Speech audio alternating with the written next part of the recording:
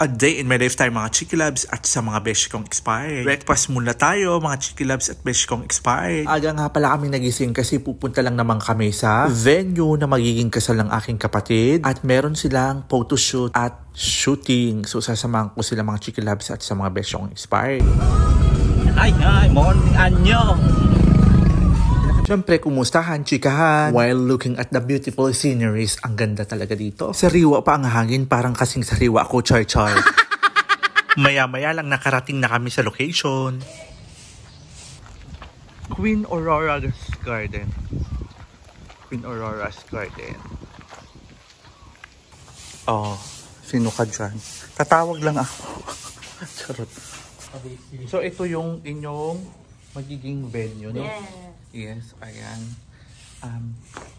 Pak, sino ka dyan? Ang ganda, pang mayaman. Nagyabang-yabangan. Pag malawak pa din, dito mo punta natin. Oo, tara. Habang wala pa yung ano. I used to be so good at planning things.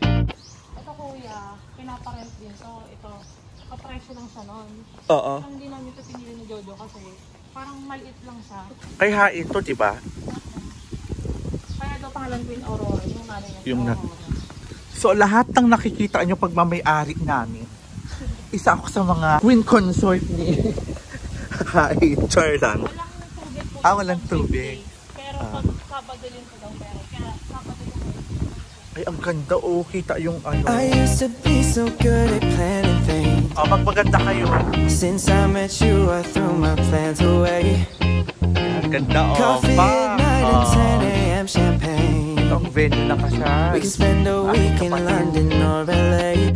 Yeah, there's something about the way we get lost in every moment. Perfectly unfocused. Nothing's quite the same as you. Okay na po ba yan? Okay na po. When we're